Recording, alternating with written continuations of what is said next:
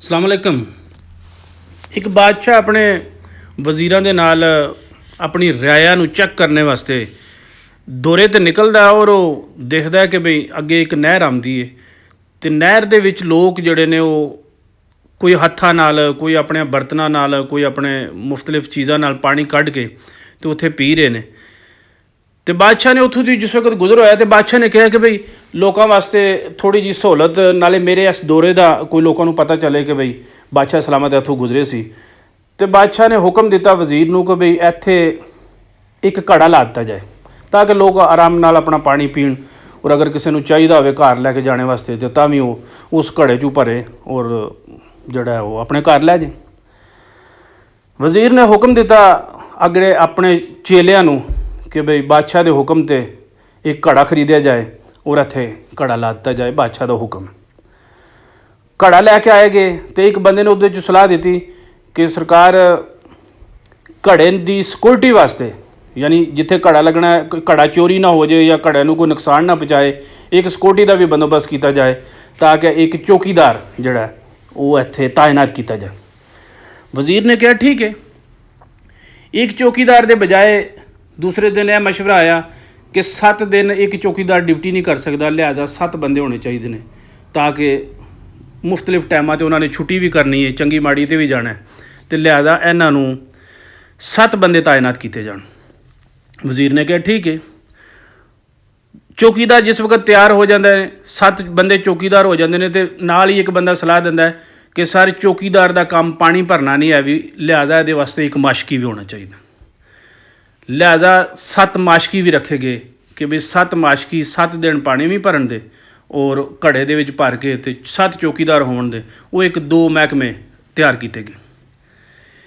थोड़े दिनों तो बाद एक बंदे ने कहा कि जी माशकी कहना मैं पानी तो लियावना लेकिन पानी चूँकि नहर के अंदर दरम्यान चो जाके लियावना पैंदा है ज़रा साफ पानी, लिहाजा एक कश्ती का महकमा भी तैयार किया जाए जोड़ा डेली उतों पानी लियावे अगू माशकी चुक के तो घड़े दे पाया जाए तो घड़े दे विचों अगू चौकीदार उत्थे खड़ा होवे कि घड़े की चौकीदारी वास्ते। वज़ीर ने कहा ठीक है। उन्हें सारे महकमे तैयार हो रहे हैं तो अगू एक बंदे का मशवरा आया जी सर इन्नियां बंदियां नूं दे उत्ते कंट्रोल करने वास्ते इन्नियां बंदियां नूं तनख्वाह देने वास्ते इन्नियां बंदियां दा लेन देन चंगियां माड़ियां वो सारी जमा तफरीक दे वास्ते एक मुंशी भी चाहिए। हूँ एक मुंशी का महकमा तैयार किया गया कि बई जड़ा इन्हां बंदियां सारियां तनख्वाह भी देगा इन्हां दे उत्ते ध्यान भी रखेगा और इन्हां दियां छुट्टियां और इन्हां दे कोई जिहड़े होर मामलात ने उन्हां दी देखभाल वास्ते एक मुंशी वाला महकमा जिहड़ा वो भी वजारत तैयार की गई। इन्हां सारियां दे उत्ते एक बंदा रखा गया जी डायरैक्टर जनरल जिहड़ा कि पूरे इस महकमे नूं जिहड़ा पानी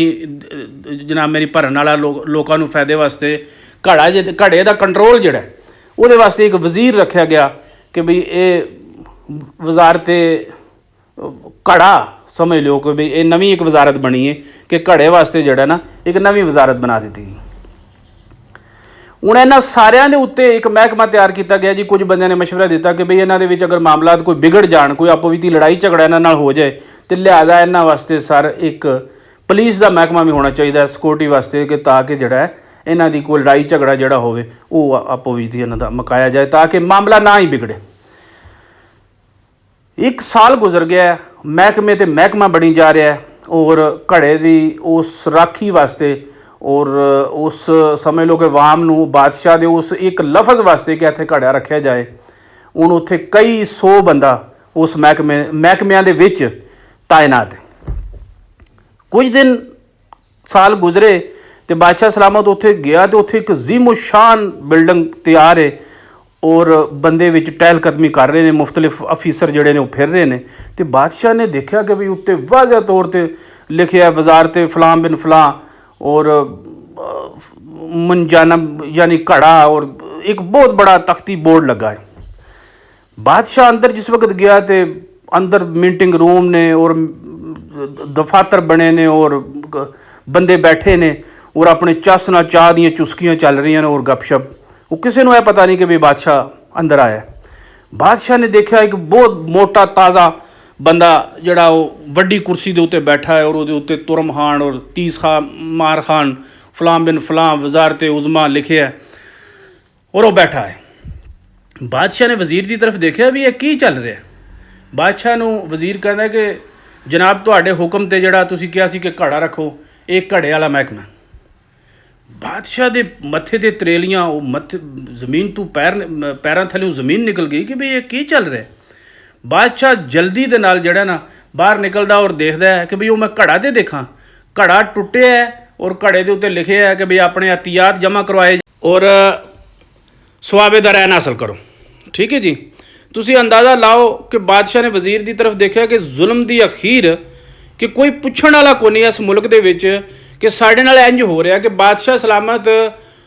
ਜਿਹੜਾ ਸਾਡੇ 'ਚੋਂ ਲੱਖਾਂ ਔਰ ਕਰੋੜਾਂ ਰੁਪਏ ਦੀਆਂ ਲੋਕਾਂ ਦੀਆਂ ਤਨਖਾਹਾਂ ਬੇਤੁਕੀਆਂ ਔਰ ਬੇਮਕਸਦੀਆਂ ਨਿਕਲਦੀਆਂ ਨੇ ਪਈਆਂ ਔਰ ਅਸੀਂ ਸਮਝਣਾ ਪਏ ਕਿ ਸਾਡੇ ਵਾਸਤੇ ਫਾਇਦਾ ਕੀਤਾ ਜਾ ਰਿਹਾ ਕਿ ਇਹ ਗਲੀਆਂ ਨਾਲੀਆਂ ਰੋਡ ਉਹ ਫਲਾਣੀ ਜਗ੍ਹਾ ਦੇ ਉੱਤੇ ਪਾਰਕ ਬਣਦੇ ਨੇ ਪਏ ਜਾਂ ਲਾਈਟਾਂ ਲੱਗ ਰਹੀਆਂ ਨੇ ਜਾਂ ਕੋਈ ਜਿਹੜਾ ਉਹ ਫੁੱਲ ਬੂਟੇ ਲੱਗ ਰਹੇ ਨੇ। ਉਹ ਸਮਝ ਲਓ ਅਗਰ ਜੇ 1 ਲੱਖ ਵਾਲੀ ਚੀਜ਼ ਤੁਹਾਨੂੰ 1 ਕਰੋੜ 'ਚ ਪੈ ਰਹੀ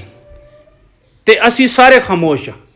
ਕਿ ਵਜ਼ੀਰ ਬਾਦਸ਼ਾਹ ਸਲਾਮਤ ਇੱਥੋਂ ਗੁਜ਼ਰੇ ਸੀ ਔਰ ਇਹ ਹੁਕਮ ਦੇ ਗਏ ਸੀ ਕਿ ਇੱਥੇ ਨਿੱਕੀ ਜੀ ਪੁਲੀ ਬਣਾ ਦਿਓ ਔਰ ਉੱਥੇ ਉਹ 10 ਪੁਲੀਆਂ ਦੇ ਪੈਸੇ ਲੱਗ ਗਏ ਨੇ ਔਰ ਕਈ ਮਹਿਕਮੇ ਬਣ ਗਏ ਨੇ ਔਰ ਕਈਆਂ ਮਹਿਕਮੇ ਨੇ ਉੱਥੋਂ ਲੱਖਾਂ ਕਰੋੜਾਂ ਖਜ਼ਾਨੇ 'ਚੋਂ ਖਾਧਾ ਗਿਆ ਤੇ ਅਸੀਂ ਸਾਰੇ ਦੇਖਣੇ ਪਏ ਤੇ ਔਰ ਅਸੀਂ ਸਮਝਣਾ ਪਏ ਕਿ ਬਾਦਸ਼ਾਹ ਸਲਾਮਤ ਨੇ ਸਾਡੇ 'ਤੇ ਬੜਾ ਰਹਿਮ ਕੀਤਾ। ਇਹ ਰਹਿਮ ਨਹੀਂ ਕੀਤਾ, ਇਹ ਸਾਡੇ ਵਿੱਚ ਉਹਨੇ